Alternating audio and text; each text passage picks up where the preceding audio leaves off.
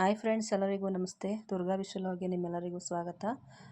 ಇವತ್ತು ನಾನು ಭೀಮ್ ನಮಸ್ತೆ ಪೂಜೆದ ವಿಡಿಯೋ ಅಪ್ಲೋಡ್ ಮಾಡ್ತಾ ಇದ್ದೀನಿ. ದೇವರಿಗೆ ಅಂತ ಪ್ರಸಾದ ಕೂಡ ಮಾಡಿದ್ದೀನಿ, ಬೆಲ್ದನ್ನ ಮಾಡ್ಕೊಂಡಿದ್ದೀನಿ. ಹಾಗೆ ದೇವ್ರ ಪೂಜೆ ಕೂಡ ಆಯಿತು. ದೇವ್ರ ಸಾಮಾನೆಲ್ಲ ಕ್ಲೀನ್ ಮಾಡಿಕೊಂಡು ಫೋಟೋ ಎಲ್ಲ ಒರೆಸಿ ದೇವ್ರ ಗೂಡನ್ನೆಲ್ಲ ಕ್ಲೀನ್ ಮಾಡಿ ಸಿಂಪಲ್ಲಾಗಿ ಪೂಜೆ ಕೂಡ ಮಾಡಿಕೊಂಡೆ. ಎಲೆ ಅಡಿಕೆ ಬಾಳೆಹಣ್ಣು ಒಂದು ತೆಂಗಿನಕಾಯಿನ ಹೊಡೆದು ಪೂಜೆ ಕೂಡ ಮಾಡಿಕೊಂಡೆ. ಹಾಗೆ ಕಳಸದಕ್ಕಿ ತೆಂಗಿನಕಾಯಿ ಎಲ್ಲ ಉಳಿದಿತ್ತಲ್ಲ, ಅದರಲ್ಲೇ ಬೆಲ್ದನ್ನ ಕೂಡ ಮಾಡ್ಕೊಂಡಿದ್ದೀನಿ. ಹಾಗೆ ಜೋಡಿ ದೀಪ ಕೂಡ ಹಚ್ಕೊಂಡಿದ್ದೀನಿ ಫ್ರೆಂಡ್ಸ್. ನಾನು ಇವತ್ತು ಪುಟಾಣಿ ದೀಪದಲ್ಲಿ ಜೋಡಿ ದೀಪ ಹಚ್ಕೊಂಡಿದ್ದೀನಿ, ಕಾಣಿಸ್ತಾ ಇರ್ಬೋದು ನಿಮಗೆ. ಎಲ್ಲ ವರ್ಷದಂತೆ ಈ ವರ್ಷವೂ ಕೂಡ ತುಂಬ ಚೆನ್ನಾಗಿ ನಮ್ಮ ಮನೇಲಿ ಭೀಮ್ ನಮಸ್ತೆ ಪೂಜೆ ಆಯಿತು. ಹಾಗೆ ಬೆಳಗ್ಗೆನೇ ಬಾಗಿಲೆಲ್ಲ ತೊಳೆದು ರಂಗೋಲಿ ಕೂಡ ಹಾಕ್ಕೊಂಡಿದ್ದೆ. ಮನೆಯೆಲ್ಲ ಕ್ಲೀನ್ ಮಾಡ್ಕೊಂಡಿದ್ದೆ ಬೆಳಗ್ಗೆನೇ.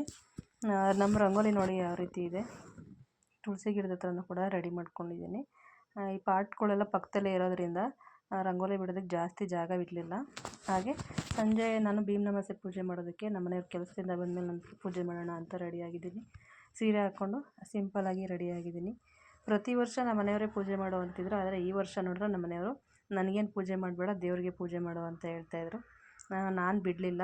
ಇಷ್ಟು ವರ್ಷ ಮಾಡಿದ್ದೀನಿ, ಈ ವರ್ಷ ಬಿಡೋಲ್ಲ ಅಂತ ಅಂದ್ಬಿಟ್ಟು ನಾನು ರೆಡಿ ಮಾಡ್ಕೊಂಡಿದ್ದೀನಿ. ರತ್ನೀರು ಕೂಡ ಚೊಂಬಲ್ ನೀರೆಲ್ಲ ಇಟ್ಕೊಂಡು ಮಾಡ್ಕೊಂಡಿದ್ದೀನಿ. ದೃಷ್ಟಿ ತೆಗೆಯೋದಕ್ಕೆ ರತ್ನೀರು ಕೂಡ ಮಾಡ್ಕೊಂಡಿದ್ದೀನಿ. ಹಾಗೆ ಚಾಕ್ಲೇಟ್ ಇಟ್ಕೊಂಡಿದ್ದೀನಿ ಫ್ರೆಂಡ್ಸ್. ನಾನು ಈ ಸರಿ ಸ್ವೀಟ್ ಏನು ತರಿಸ್ಲಿಲ್ಲ, ಲಾಸ್ಟಲ್ಲಿ ತಿನ್ನಿಸೋದಕ್ಕೆ ಅಂತ ಅಂದ್ಬಿಟ್ಟು ಚಾಕ್ಲೇಟನ್ನು ಇಟ್ಕೊಂಡಿದ್ದೀನಿ. ನನ್ನ ಬಲವಂತಕ್ಕೆ ಹೋಗಿ ಸ್ನಾನ ಮಾಡ್ಕೊಂಡು ರೆಡಿಯಾಗಿ ಬರ್ತಾಯಿದ್ದಾರೆ ನಮ್ಮ ಮನೆಯವರು. ಅಲ್ಲದೆ ಇವತ್ತು ಮಕ್ಕಳು ಮನೆಯಲ್ಲೇ ಇದ್ದೆ, ನಾನು ಮನೆ ಹತ್ರ ಏನೂ ಹೋಗಿರಲಿಲ್ಲ. ಮಕ್ಕಳು ಸ್ಕೂಲ್ಗೆ ಹೋಗ್ಬೇಕಾದ್ರೆ ಹೇಳ್ಬಿಟ್ಟು ಹೋಗಿದ್ರು, ಅಮ್ಮ ನಾವು ಬಂದಮೇಲೆ ಪೂಜೆ ಮಾಡಮ್ಮ ಇವತ್ತು ನೀನು ಅಂತ ಅಂದ್ಬಿಟ್ಟು. ಅದರಿಂದ ಅವರು ಸ್ಕೂಲಿಂದ ಬರಲಿ, ಆಮೇಲೆ ನಾನು ಪೂಜೆ ಮಾಡೋಣ ಅಂತ ಅಂದ್ಕೊಂಡು ಮಕ್ಕಳು ಸ್ಕೂಲಿಂದ ಬಂದಮೇಲೆ ಸಂಜೆನೇ ರೆಡಿ ಆಗ್ತಾಯಿದ್ದೀನಿ. ಸಂಜೆ ರೆಡಿಯಾಗಿ ಪೂಜೆ ಮಾಡ್ತಾಯಿದ್ದೀನಿ. ಯಾಕಂದರೆ ಅವ್ರಿಗೂ ಏನೋ ಮಕ್ಳಿಗೂ ಒಂಥರ ಕ್ಯೂರಿಯಾಸಿಟಿ. ನಮ್ಮ ಮನೆಯವರು ಕೂಡ ಸ್ನಾನ ಮಾಡಿಕೊಂಡು ರೆಡಿಯಾಗಿ ಬಂದರು. ರೆಡಿಯಾಗ್ರಿ ಅಂತ ಅಂದ್ಬಿಟ್ಟು ನಾನು ಪಂಚೆ ಶರ್ಟ್ ಎತ್ತಿಟ್ಟಿದ್ದೆ, ಆದರೆ ಅದನ್ನು ಹಾಕ್ಕೊಂಡಿಲ್ಲ ಇವರು. ಬೇರೆದನ್ನ ಹಾಕ್ಕೊಂಡ್ರು. ಅದು ಬೇಡ ಅಂತ ಅಂದ್ಬಿಟ್ಟು ಇನ್ನೊಂದು ಹಾಕ್ಕೊಂಡ್ರು. ಇದೆಲ್ಲ ಏನಕ್ಕೆ ಮಾಡ್ತೀಯ ಅಂತ ಬೈತಾಯಿದ್ರು ಈ ಸಾರಿ, ಏಕೋ ಗೊತ್ತಿಲ್ಲ. ಹಾಗೆ ಪೂಜೆ ಶುರು ಮಾಡೋದಕ್ಕೆ ಅಂತ ಮೊದಲು ಅರಿಶಿನ ಕುಂಕುಮ ಎಲ್ಲ ಇಟ್ಬಿಟ್ಟು ಅವ್ರಿಗೂ ಕೂಡ ಅರಿಶಿನ ಕುಂಕುಮ ಇಟ್ಬಿಟ್ಟು ಹೂ ಕೂಡ ಮುಡಿಸ್ಕೊಂಡು ನಾನು ಕೂಡ ಅರಿಶಿನ ಕುಂಕುಮ ಎಲ್ಲ ಇಟ್ಸ್ಕೊಂಡೆ. ಕೆಲವರು ಭೀಮ್ ನಮಸ್ತೆ ಪೂಜೆ ದಿನ ಏನಾದರೂ ಗಿಫ್ಟ್ ಕೊಡಲಿ ಅಂತ ಎಕ್ಸ್ಪೆಕ್ಟ್ ಮಾಡ್ತಾರೆ.